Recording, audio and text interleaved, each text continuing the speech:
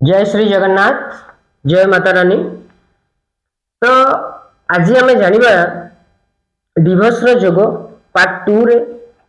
तो डिवोर्स कहीं हुए एवं विधवा जोग कहीं हुए मु प्रथम वीडियो रे आपण मानकु जणैथिली कि विधवा जोग को जोग द्वारा मध्य होइथाय, किंतु आज पार्ट 2 रे आपण माने जानिबे कि विधवा जोगर खाली गोटे कारण न थाए आज्ञा, अनेक किछि भी जोग देखिबा पई पड़े। सेति मध्यरु शुक्रंकर पितृऋण भी देखिबा पई पड़े। आपण माने ज्योतिर्विद माने कहबे कि शुक्रंकर पितृऋण ये निहाती भाव रे थाए आज्ञा। शुक्रंकर पितृऋण जदि जन्म पत्रिका रे सप्तम घरे एवं धन भाव रे द्वितीय घरे शुक्रंकर शत्रु ग्रह बसी थांती, दुई जन जाक बसी थिबा नित्यांत आवश्यक। धरंतु शुक्रंकर घर 2 एवं 7 तुला राशि एवं वृष राशि, तो ए घर मानकरे जदि सूर्य नारायण बसी थांती धरंतु धन भाव रे सेकेंड हाउस रे वृष राशि रे एवं तुला राशि रे राहुदेव बसी थांती, ताहले शुक्र जे कोनोसी घरे भी रुहंतु खराब रिजल्ट ही देवे। निजर जीवन साथी वाला सुख, मैरेज लाइफ रो सुख धज्जिया उड़े दियंती। बहुत पिला माने लव मैरेज करूचंती, नियति भाव रे जातक देखंतु आज्ञा आपनकर भविष्य को अंधकारमय करंतु नाही। ए होची भल पाइबा होची गोटे फीलिंग्स, मन भीतर को आसुथिबा भावना भावना क्रिएट हुए। आमर जेते बेले दशा महादशा अंतर्दशा शुक्रंकर चले बा राहुर चले, से सब बेले आम मन को भ्रमित करे, विपरीत लिंगी रो चाहवान बनाए।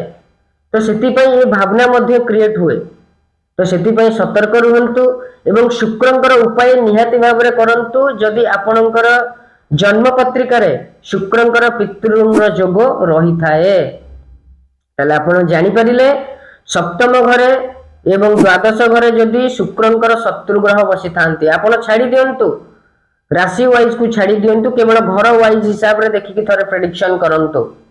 यदि घर वाइज रे प्रेडिक्शन आपण करि परिले ताले निहाती भाव रे आपण सामना वाला क्लाइंट को मध्य कहि परिबे कि आपणकर विधवा जोग अछि।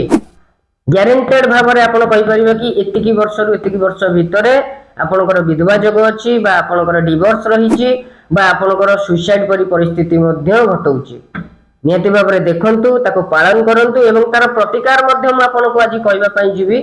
जे कोनोसी व्यक्ति विशेष मानकर ए भली जोग मध्य जदि रही थाए तार प्रतिकार हेउछि 100 टी गाई को मने रखंतु 100 टी गाई को गोटे दिन रे खाइबा पई दबा को पड़े। खाइबा पई कोन दबा को पड़े आपण देखुथिबे सोरिषर पिडिया खाइबा पई दबा को पड़े एवं भूसा जाकू कुंडा कुंडा पानी देरे कुंडा पकेई भूसा पकेई सोरिषर पिडिया पकेई कि जदि आपण 100 टी गाई को गोटे दिन रे खाइबा पई दियंती ताहले ये शुक्र ग्रहंकर जो पितृऋण लागिछि सेतुरु आपण मुक्ति पाई परिबे।